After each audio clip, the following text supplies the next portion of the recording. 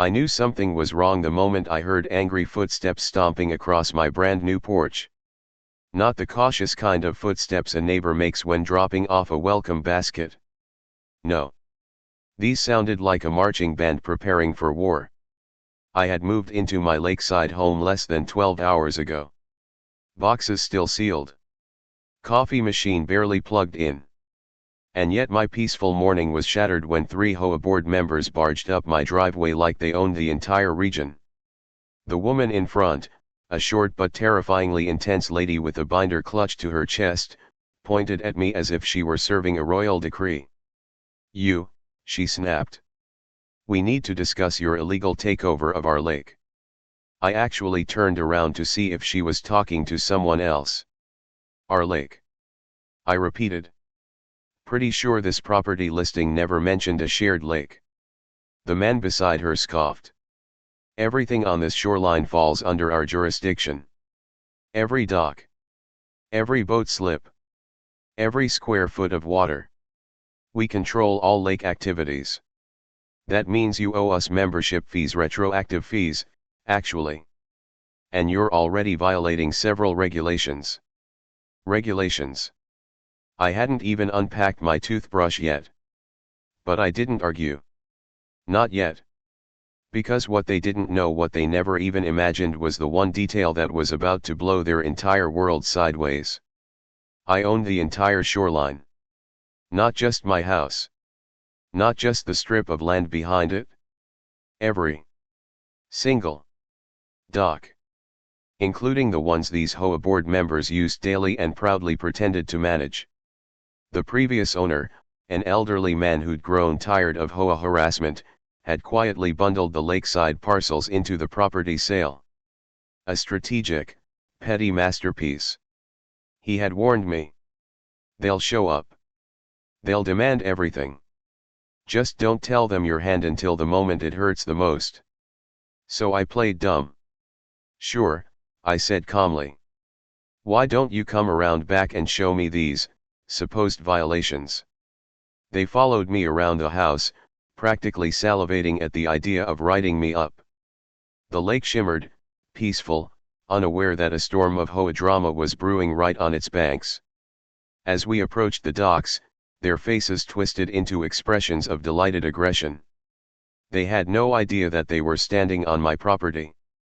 Not HOA-controlled property. Not shared property. Mine. And I was seconds away from revealing it in the most devastating way possible. The HOA board members stood on the dock like triumphant inspectors, clipboards ready, eyes sparkling with smug superiority. They believed they were about to unleash a tidal wave of citations on me, and honestly, watching their confidence was almost entertaining. They had no idea they were standing on property they did not own, regulate, or even understand. The woman with the binder snapped open her pages. "Dock rails unapproved," she declared.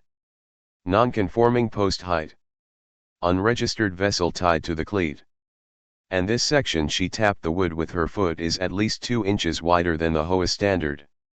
I raised an eyebrow. "You have standards for dock width?" "Of course we do," the man said proudly. "This lake is under our complete authority. Every improvement, every structure, every square inch of shoreline. If you want to exist here, you follow our rules." I could not help smiling. Interesting. They mistook my amusement for submission. They grew bolder. "In fact," the third board member added, "this entire dock system needs to be reproved. And that will require an inspection fee. Plus late fees." "Late?" I asked. "I moved in yesterday." "HOA rules don't care when you moved in," the binder woman said. "Only that you're already behind." Their arrogance was breathtaking. I let the moment hang before pulling a folded document from my pocket.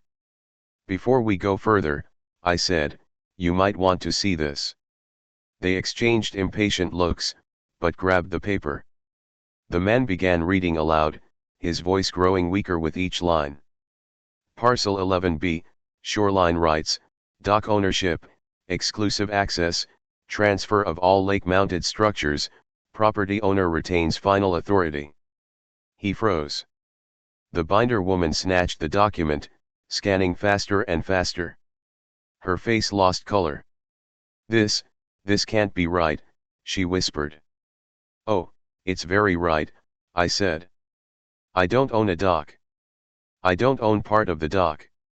I own every dock on this shoreline, including the one you use for your HOA kayak program. Silence hit the dock like a thunderclap. They looked at their feet, suddenly aware they were standing entirely on my property. The smug confidence evaporated. Panic flickered in their eyes. You can't enforce rules on something you don't own, I continued. And you definitely can't charge people for using property that belongs to someone else. The man swallowed hard. We need to consult our attorney. You do that, I said, smiling.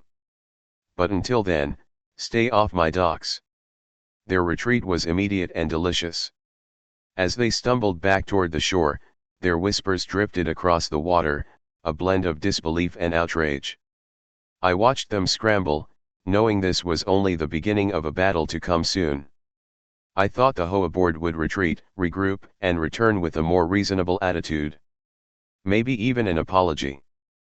But that's not how HOAs operate, especially ones fueled by pride, fear, and the sudden realization that everything they'd claimed ownership over was never theirs to begin with. The very next morning, I woke to the sound of engines rumbling near the lake. Not boats, construction vehicles. I stepped outside and saw a small army of HOA volunteers unloading orange cones, measuring tapes, caution tape, and wooden stakes as if preparing to build a national monument. Leading them, binder woman looked more determined than ever. She pointed at me like a general on the battlefield. We are securing the lake until we verify the legality of your claims, she announced. No one is allowed to use the docks until this investigation is complete. I actually laughed. Investigation? You mean the one where you don't own the shoreline? We dispute your documents, she snapped. You didn't read them, I replied. Her jaw tightened. Until our legal team responds, these docks fall under emergency HOA supervision. I walked past her and tore down a piece of caution tape. These docks, I said slowly, aren't your jurisdiction. You can't supervise what you don't own. The volunteers froze, unsure who to obey. Binder woman barked orders, but they hesitated. The power shift was beginning, and she could feel it. So could I. I pulled out my phone, swiping to a set of high-resolution survey maps, the same ones filed at the county office. I enlarged a section and held it up to the volunteers.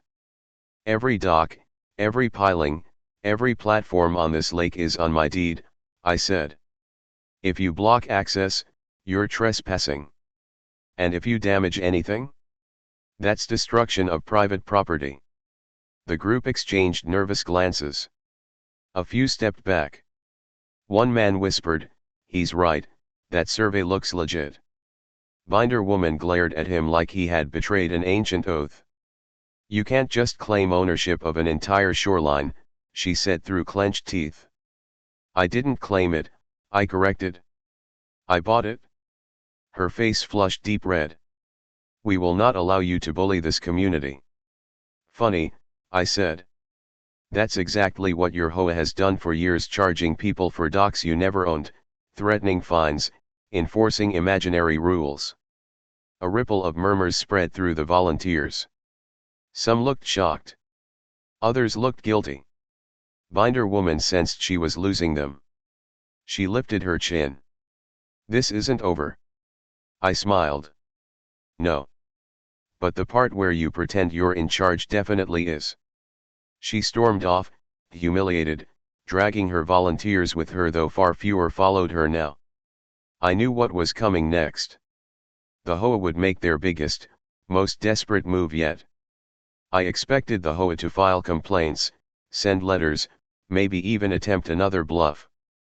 But instead, they went for something far more dramatic and far more foolish. 3 days after our shoreline showdown, I came home to find a massive crowd gathered near the lake.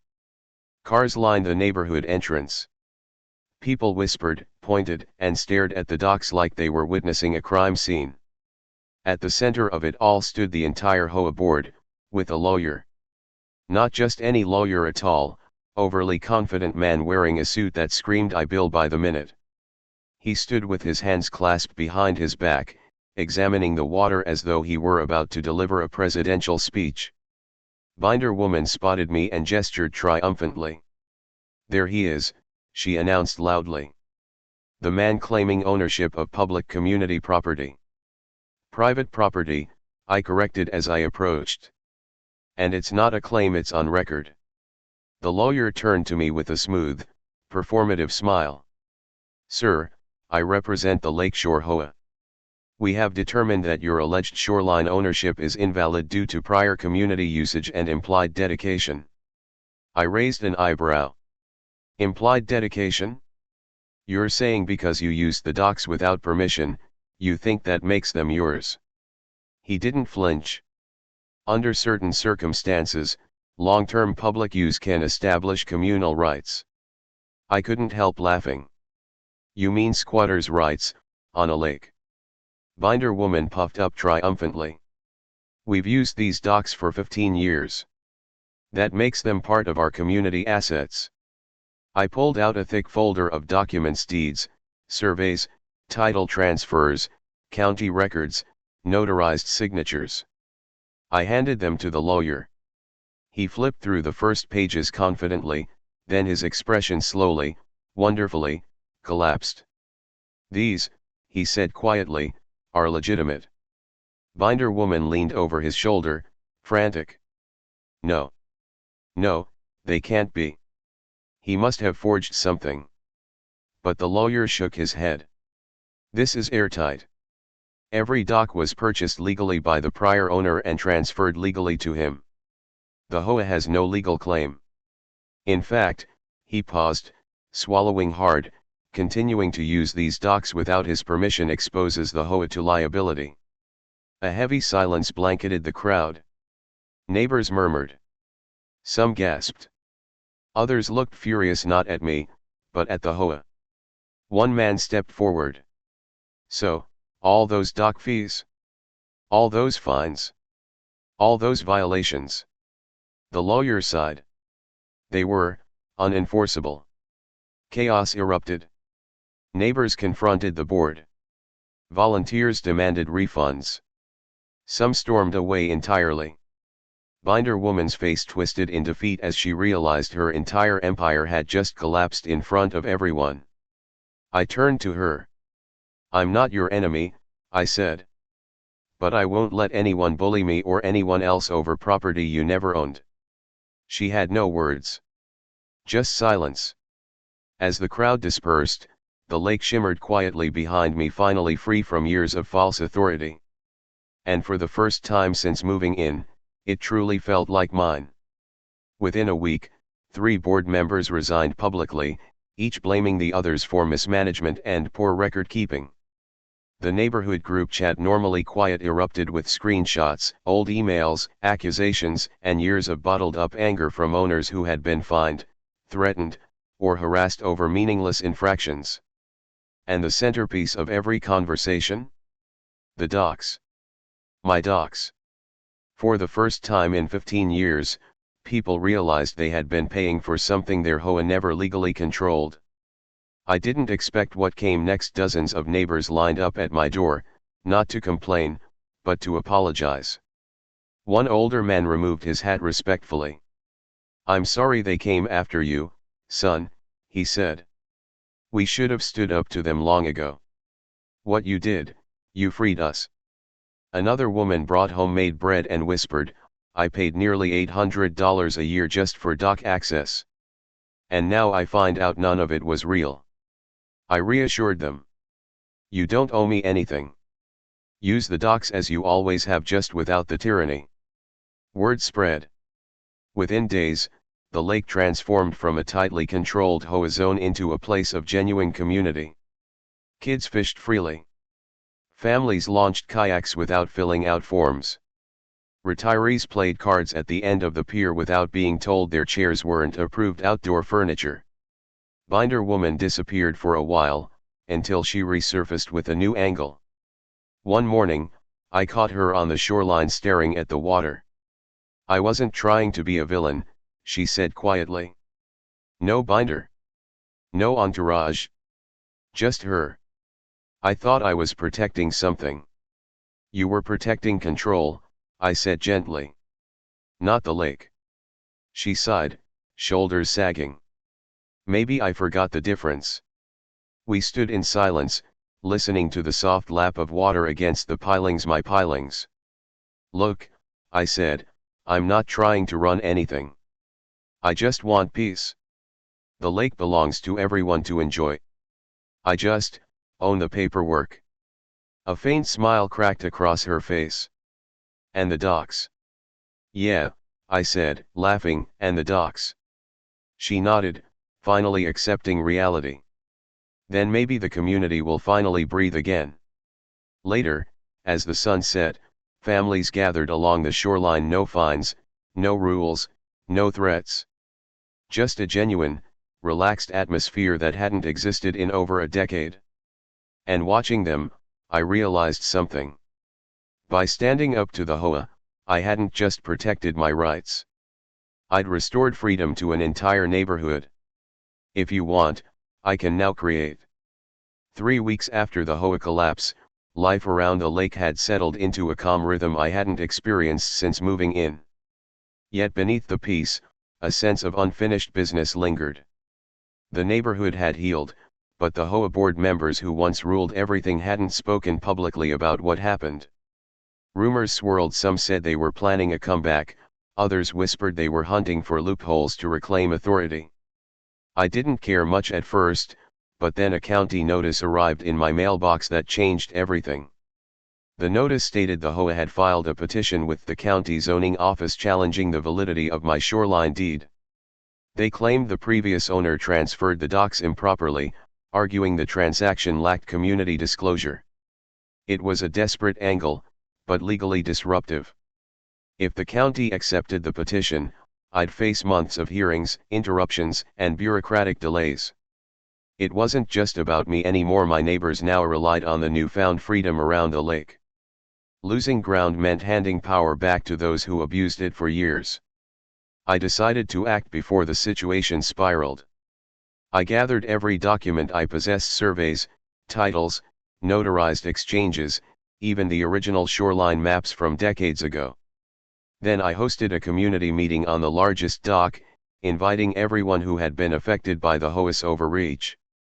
The turnout stunned me. Nearly the entire neighborhood arrived, not out of panic but solidarity. Many brought their own paperwork, photos of old docks, letters from the prior owner, receipts for illegitimate HOA dock fees. Together, we assembled a timeline that left no doubt who truly controlled the lake. When the county hearing day arrived, I wasn't alone. Dozens of neighbors attended, filling the room with a quiet determination the HOA board hadn't anticipated. Their lawyer came armed with arguments, but every claim collapsed under the weight of our collective evidence. The commissioner reviewed each document patiently, eventually leaning back with a sigh that echoed through the chamber. "This petition," he said, "is baseless. The docks were legally transferred. The HOA has no authority here." The board members wilted, their final attempt dissolving like mist under sunlight. Relief washed over the room. For the first time, the community saw closure rather than conflict. After the hearing, several neighbors suggested forming an independent lakeside association, not to control the shoreline, but to preserve its beauty, share maintenance responsibilities voluntarily, and protect it from future power grabs. I agreed, but only with one rule: no fines, no mandatory fees, no bullying. Just cooperation. The lake had endured years of unnecessary tension, but now it stood as a symbol of resilience. And as we walked home along the peaceful water, I finally felt the battle was truly over for everyone who lived here today. Just when everything finally seemed quiet, an unexpected visitor arrived at my dock on a breezy Saturday morning. A gray pickup pulled up slowly, and a tall man in his late 60s stepped out, wearing a worn fishing hat and a weather jacket that looked older than the lake itself. He walked with the confidence of someone who knew every inch of this shoreline. "Morning," he said, giving a polite nod. I recognized him instantly, Mr. Holloway, the previous owner. The man who sold me not just the house, but the shoreline, the docks, and every sliver of authority the HOA never knew they didn't have. "I heard you stirred things up," he said with a grin as he approached the end of the dock. "Word gets around. You rattled that HOA harder than I ever managed to." I laughed. "You didn't warn me the board was basically a tiny government." "Oh, I knew," he said, chuckling. "I also knew you had the spine to handle them. That's why I sold to you and not to them." He sat beside me on the edge of the dock, legs dangling over the shimmering water. "For years," he continued, "they tried to bully me into signing that shoreline over to them. For community safety, they said. For uniform management. But really, they wanted control. They wanted power." "Sounds familiar," I muttered. Holloway watched the water for a moment before speaking again. "You did something I never could. You didn't just shut them down, you freed this place." I frowned slightly. "Freed it?" He nodded. "This lake used to be the heart of the neighborhood. Before the HOA turned it into a list of rules and fines, people used to gather, fish, celebrate, live. That vanished over the years. But it's coming back now. And you made that happen." I didn't know what to say. For once, I felt the weight of what had happened, not just legally or financially, but culturally. This lake meant something. And now, it meant something again. Before he left, Holloway handed me a small, folded envelope. "Thought you should have this," he said. Inside was a faded blueprint, the original layout of the lake from the 1960s. Hand-drawn. Beautiful. Covered in notes and signatures from the first families who settled here. "This lake doesn't need a ruler," Holloway said softly. "It needs a guardian." He gave me a firm handshake before driving away. And as I stood on my dock, blueprint in hand, I realized. Maybe owning the lake wasn't an accident. Maybe it was a responsibility. And I was ready to take it on. If you'd like. For weeks, everything felt perfect. The lake was alive again. Families gathered on weekends, kids raced across the docks, the air was filled with laughter instead of HOA warnings. It felt like a victory well earned. Until the night everything changed. It started with a strange sound, wood cracking sharply in the darkness. At first, I thought it was just shifting boards or a raccoon rummaging around. But then came a second noise. Louder. Deliberate. Followed by hurried footsteps splashing through the shallow water near the shore. I grabbed a flashlight and rushed outside. The moment the beam hit the water, my stomach dropped.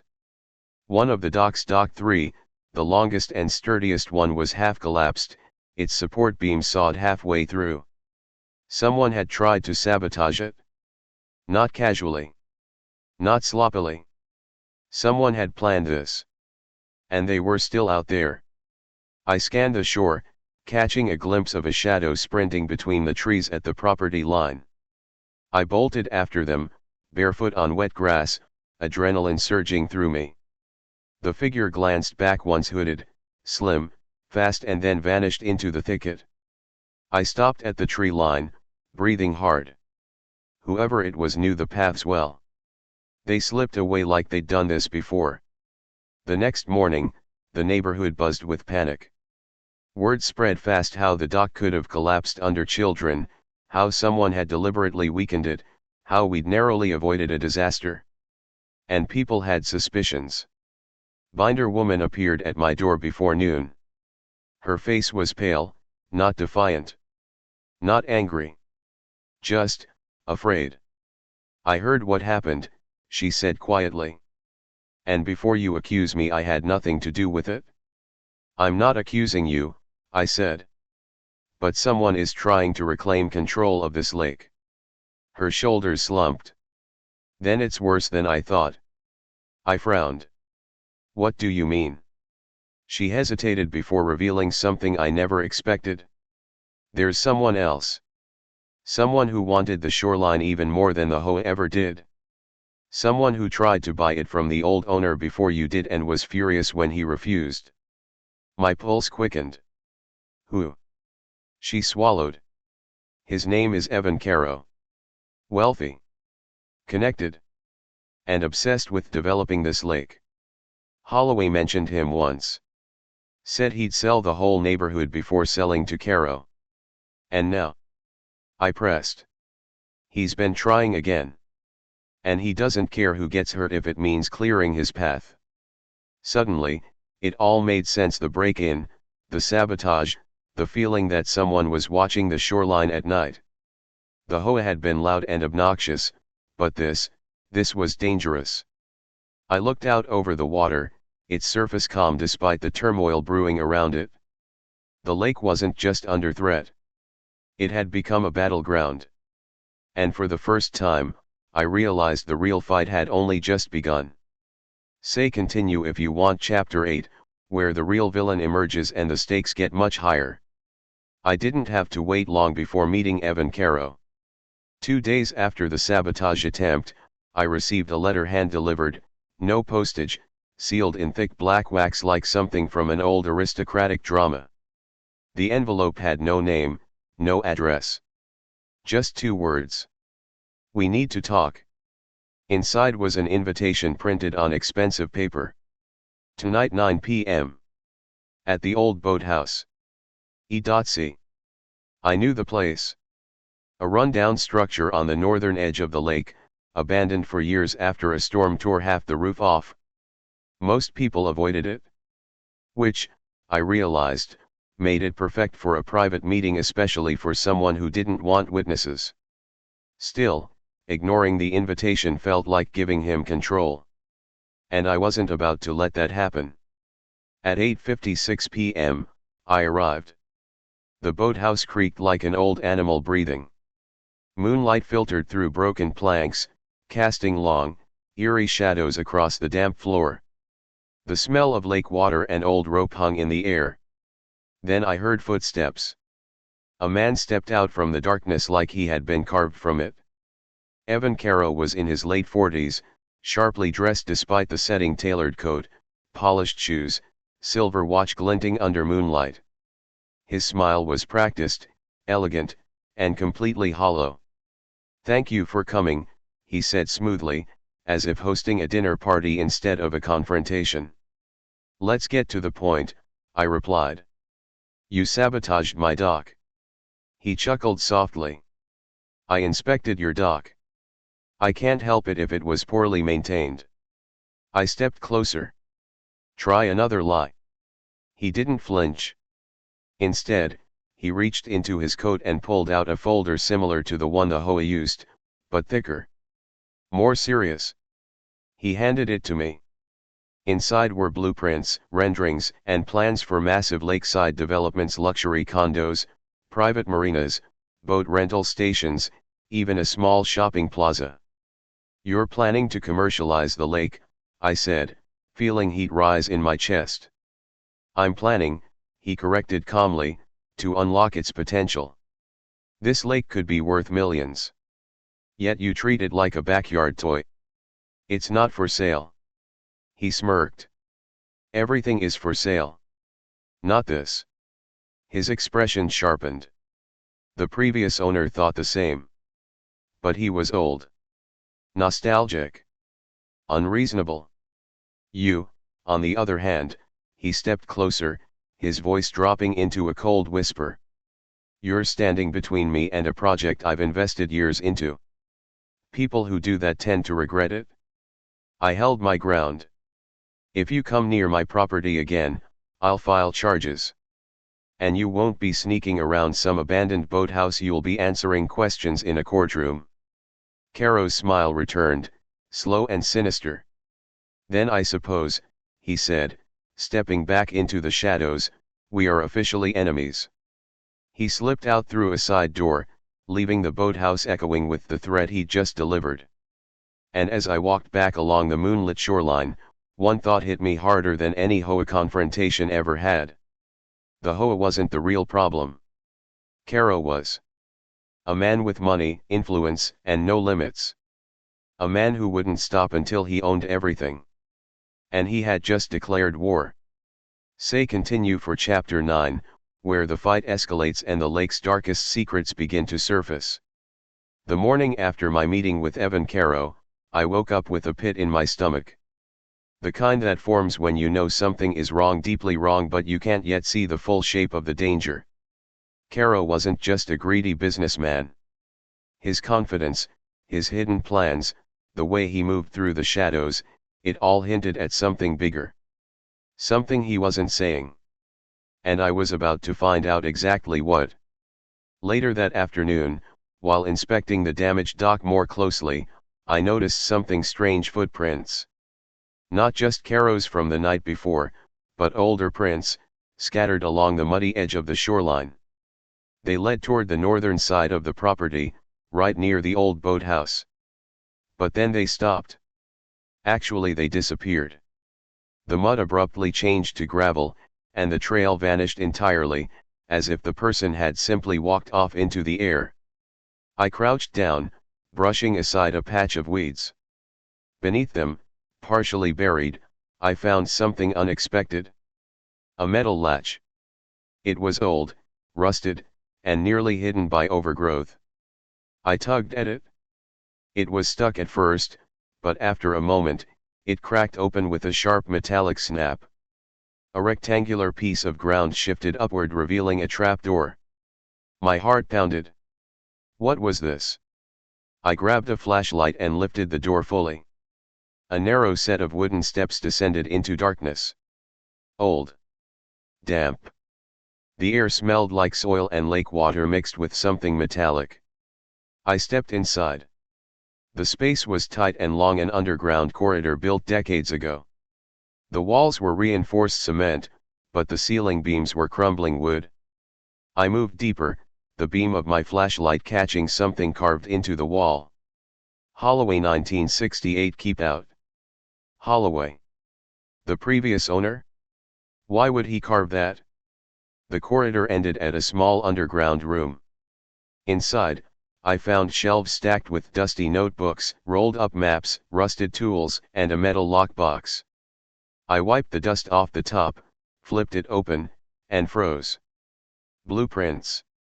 Contracts. Deeds. Not my deeds. Caro's. 15-year-old plans for developing the lake. Early land surveys. Alternate property lines marked in red. Notes scribbled in the margins. Holloway refuses. Block sale at all costs. Use zoning pressure. Find weak point docks. My blood ran cold. Caro had been trying to seize this lake for decades. And Holloway hadn't just declined, he had actively hidden this entire underground archive to protect the shoreline from him. The secret tunnel, the trapdoor, the blueprints. Holloway knew Caro wouldn't stop. And now, Caro knew that I stood where Holloway once did. Footsteps echoed above me. I froze. Someone was outside. Moving slowly. Deliberately. Right above the trapdoor. Then a voice drifted down, cold as the lake at midnight. You shouldn't have opened that. Caro. He'd followed me. And I was trapped underground.